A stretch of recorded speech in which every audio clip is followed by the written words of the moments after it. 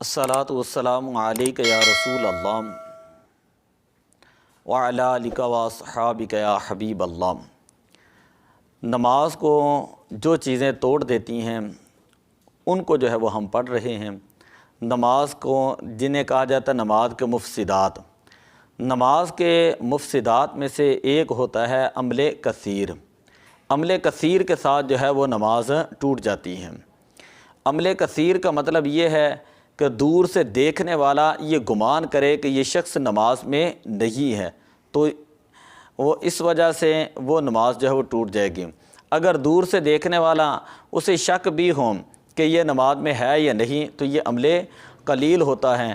نمازی نماز کے اندر کوئی حرکت کر رہا ہے اور دور سے دیکھنے والا وہ یہ سمجھ رہا ہے کہ یہ شخص جو ہے وہ نماز کے اندر نہیں، تو اس عمل کو جو ہے نمازی کے اس عمل کو عمل کثیر کہا جائے گا۔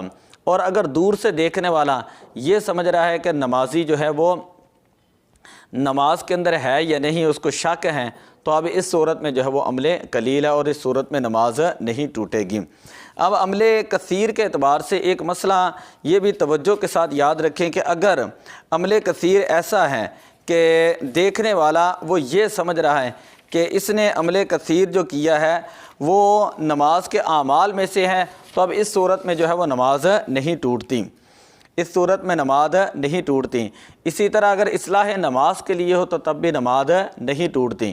مثلاً صلاۃ و تسبیح پڑھتے ہوئے کوئی شخص قوما یا جلسہ میں تسبیحات پڑھنے کی وجہ سے زیادہ دیر ٹھہرتا ہے تو اس سے نماز نہیں فاسد ہوتی، کیونکہ یہ اعمال نماز سے ہے، اگرچہ اس کو دیکھنے والا یہ سمجھے کہ یہ نماز میں نہیں ہے۔ اصلاح نماز کی مثال، جیسے کوئی نماز میں سجدہ سہو واجب ہونے پر ایک طرف سلام پھیرنے کے بعد پھر سے سجدہ کرے، تو اگرچہ دور سے دیکھنے والے کو یہ گمان ہو کہ اس کی نماز ختم ہو گئی ہے، مگر اس دیکھنے والے کا اعتبار نہیں، کیونکہ یہ عمل اصلاح نماز کے لیے کیا گیا ہے۔ تو عمل کثیر نماز کو فاسد کر دیتا ہے، جبکہ نہ اصلاح نماز کے لیے ہو نہ ہی اعمال نماز کے لیے۔ جس کام کے کرنے والے کو دور سے دیکھنے سے ایسا لگے کہ یہ نماز میں نہیں، بلکہ اگر گمان غالب بھی ہے کہ یہ نماز میں نہیں، تب بھی یہ عمل کثیر ہی ہوگا۔ اور اگر دور سے دیکھنے والا جو ہے اس کو شک و شبہ ہو کہ یہ نماز میں ہے یا نہیں ہے، تو اس کو جو ہے وہ عمل قلیل کہا جائے گا۔ تو عمل قلیل کے ساتھ نماز نہیں ٹوٹتی، عمل کثیر کے ساتھ نماز جو ہے وہ ٹوٹ جاتی ہے۔ یہ انتہائی اہم ترین مسئلہ میں نے بیان کیا کہ عمل کثیر سے نماز ٹوٹتی ہے، عمل قلیل کے ساتھ نماز نہیں ٹوٹتی۔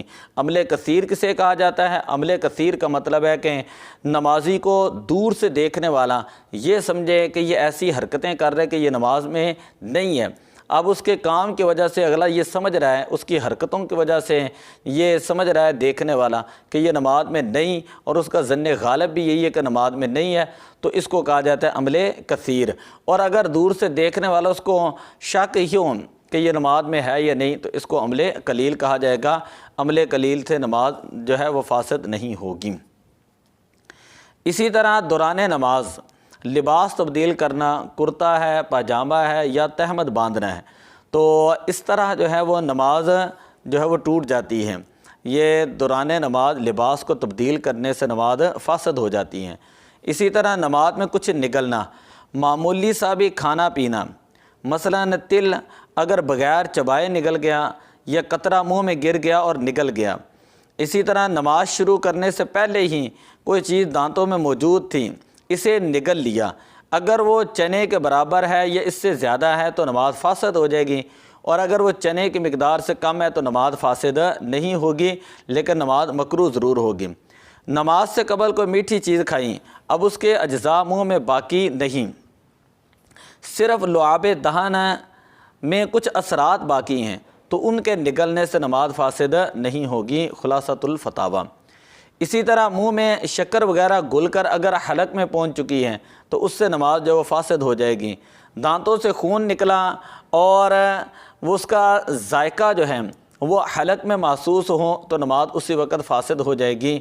اگر خون جو ہے وہ گلے کے اندر پہنچ جائے تو وہ وضو کے بارے میں مسئلہ یہ ہوتا ہے کہ پھر رنگ کا وضو ٹوٹنے میں رنگ کا لحاظ کیا جاتا ہے۔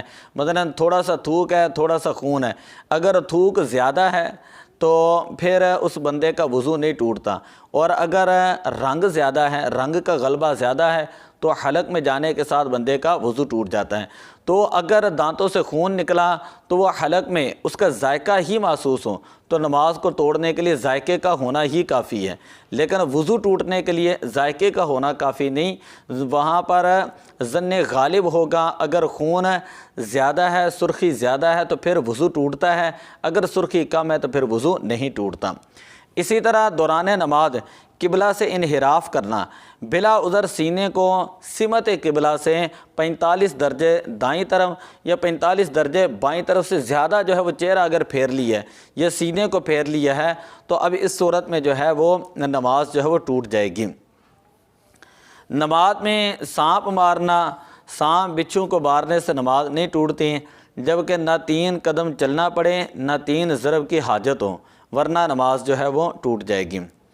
ایک رکن میں 3 بار کھجانے سے نماز جو ہے وہ فاسد ہو جائے گی۔